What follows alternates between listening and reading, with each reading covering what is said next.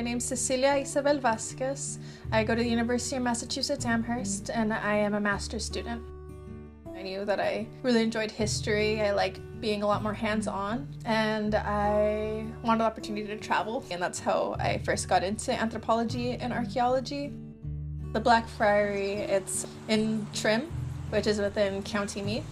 So I found it just through looking at the IFR program and what type of bioarchaeological field schools they had, and the fact it was community-based and that's something that I hope to do was really important to me. So I also had to look for funding to be able to pay for the field school, and I looked for different sources, and HUGs came up, and being from a historically underrepresented group, I qualified for it, and I called my advisor. I think it was early in the morning. I was just like, oh, I got the scholarship, I can't believe it.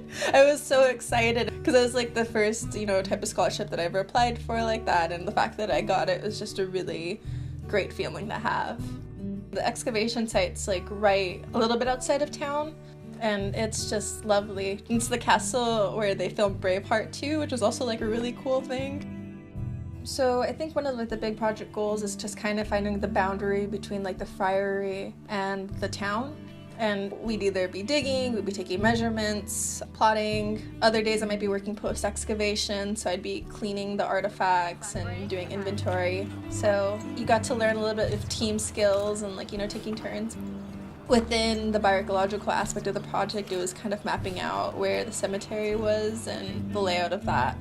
I got to excavate a full skeleton, so I was a part of unearthing it and pulling out the remains and putting them into the appropriate places once we lifted the skeleton. Around 11, after about 2 hours of excavation, we'd have our tea time for 30 minutes every single day, which was nice. Which is a funny sight when you see everyone covered in dirt, but they're at their tables with a pot of tea. And just kind of learning about the everyday mechanics, I guess, of the field school. Because I think when you take your archaeology classes, there's a certain level that oh, these are the things that you're going to use in the field school. But I think actually getting in there, it really demonstrates the nuances to it and kind of build up on those skills. The staff was just amazing and lovely. They were very supportive. If you had any questions, it was very easy to approach them. But it was a lot of fun, seeing this conversation between the Americans and the Irish, because a lot of my peers came from US institutions. But everyone was just really great, really friendly, and I really appreciated that the field school, the way that they had it set up, was that they really wanted you to get immersed into the Irish culture. In the town of Trim, it's really, really small, so everyone kind of knows each other, and you start seeing familiar faces and everything. But it was also really nice because since it was a community-based project, it was open to the community to just come in at any time that they wanted to, and they had days where we had kids come in and visit and ask questions, and it felt like the community was really there and cared and interested, and it was a really cool experience.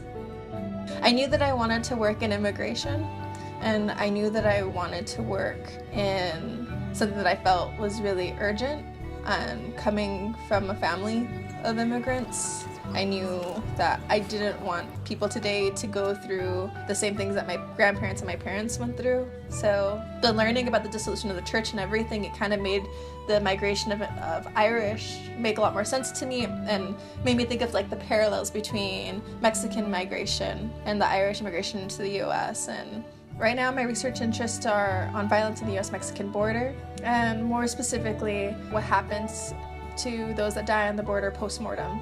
But to me, it's just a very close narrative that I want to be able to make an impact in. And then there's another project that I'm working on with my advisor in New Mexico, and we're going to be working to make it community-based. And it's also a Catholic church, just like Catholic Friary, that we were working in. And we don't have the standing building at all, so we're also going to be trying to orient ourselves within that space as well.